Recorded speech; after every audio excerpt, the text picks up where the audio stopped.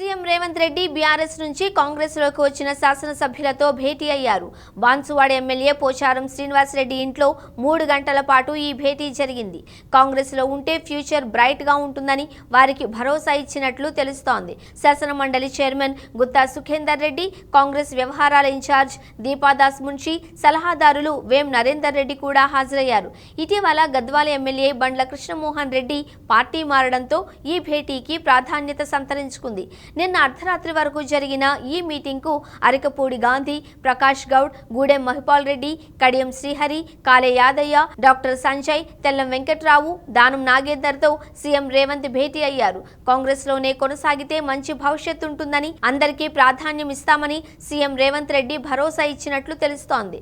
కృష్ణమోహన్ రెడ్డి కాంగ్రెస్ లోకి వచ్చినట్లే వచ్చి తిరిగి గులాబీ జెండా ఎత్తుకోవడంతో అంతా షాక్ అయ్యారు. స్థానిక నేతలతో పడకపోవడంతోనే తిరిగి బీఆర్ఎస్ వైపు వెళ్లారు కృష్ణమోహన్ రెడ్డి.